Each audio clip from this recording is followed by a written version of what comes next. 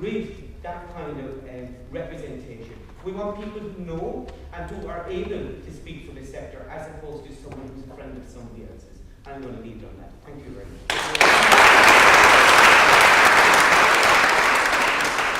I'll start by making an argument that politics, stripped to its most basic, is a performance art.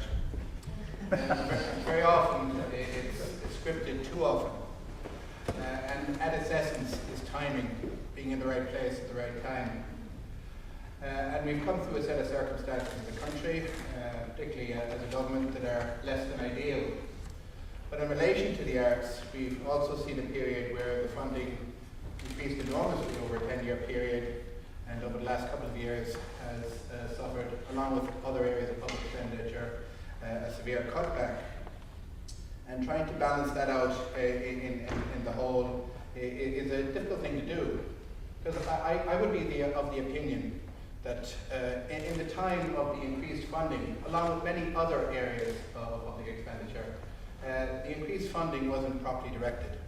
It didn't go in many of the areas it was needed to go to. And we're paying a price for that lack of a strategic approach. And while it's been mentioned by other people before me here today, there is also a problem within the arts sector and the politics of arts as regards to why wrong decisions were made in the past. I think some of those things are starting to be got right now. And to directly object to some of the things that I've heard already, in our time in government, we've gone out of our way not to do the type of things that have gone before. Wherever we've had an opportunity of nominating or proposing someone to an arts group or an arts council, we've made sure it's been an artist. We've never asked political affiliation of the person involved.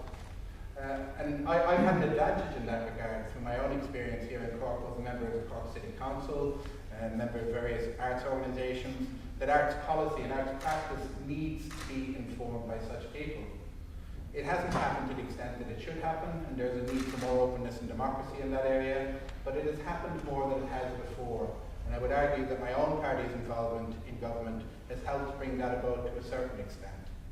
In relation to the last couple of years, while there have been cutbacks, the cutbacks have been less severe than in other areas. And that too has been deliberate. That has been as a result of discussions, disagreements, arguments, fighting within government to achieve the maximum, the optimal amount that could be available in the current circumstances.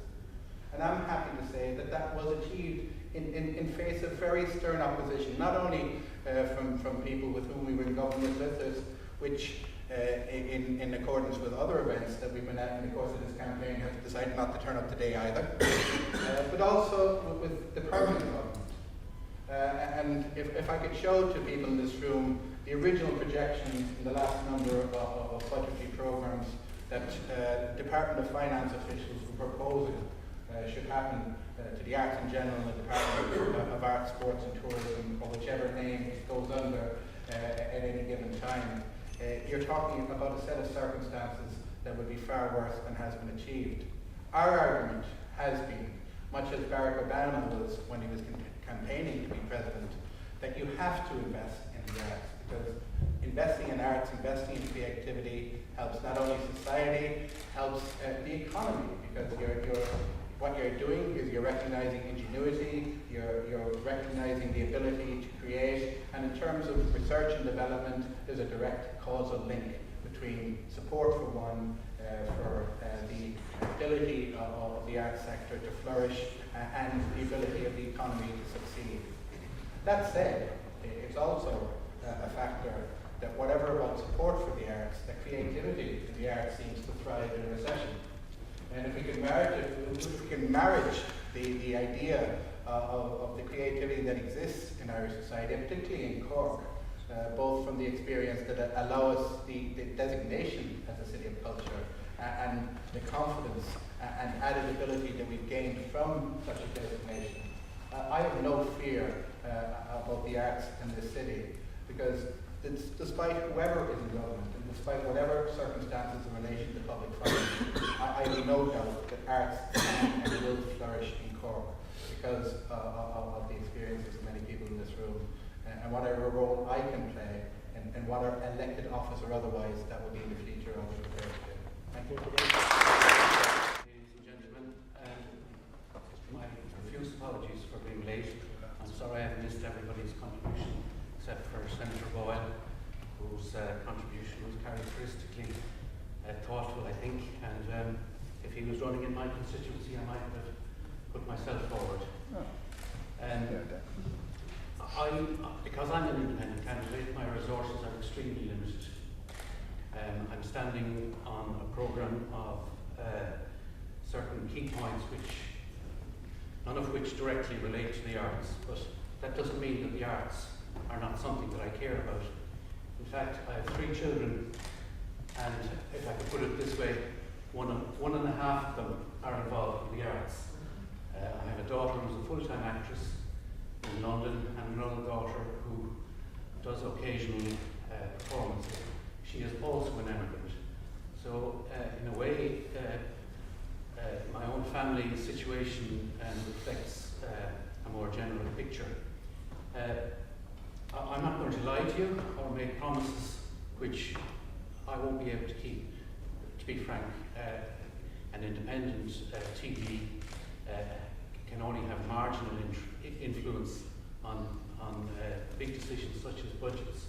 And I'm not going to promise that when it comes to time to vote on budgets that I am going to be pushing for greater spending overall.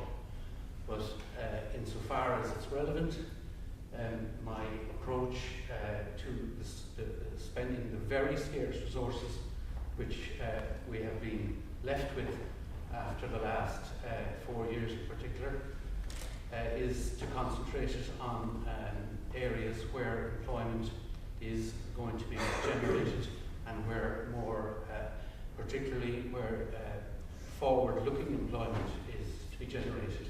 And even if I didn't have a family interest in the arts, I would think that very few people could quibble with the fact that the arts is a great way for resources to stimulate ideas and creativity. And there is no future without creativity. I'm only preaching to the converted here, I know. So really, there's not much more that I can say to you with that my heart is in the right place, that I hope you'll accept. And that I will prioritise arts as much as I can, and as much as it's open to somebody who won't be supporting any of the main parties who are in government. So thank you for giving me your attention.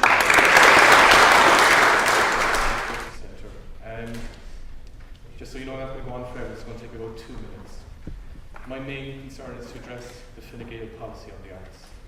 But I just want to take up Dan Boyle on a point where he says the arts flourish in a recession. Creativity, I said. Creativity flourishes in recession. Yeah. Well, I mean, if you look at the broad sweep of history, you see the great flourishing of the arts at the time when Rome and Greece were at their highest economic power. You see the paucity of artistic output in the dark ages that followed. You'll see that economic deprivation does not ever benefit the arts. It subsists, it doesn't get extinguished, but it does not flourish. Now, Deirdre Clune, we all know your own personal commitment to the arts. You come from a family which is noted for its generosity and its civic spirit in this city.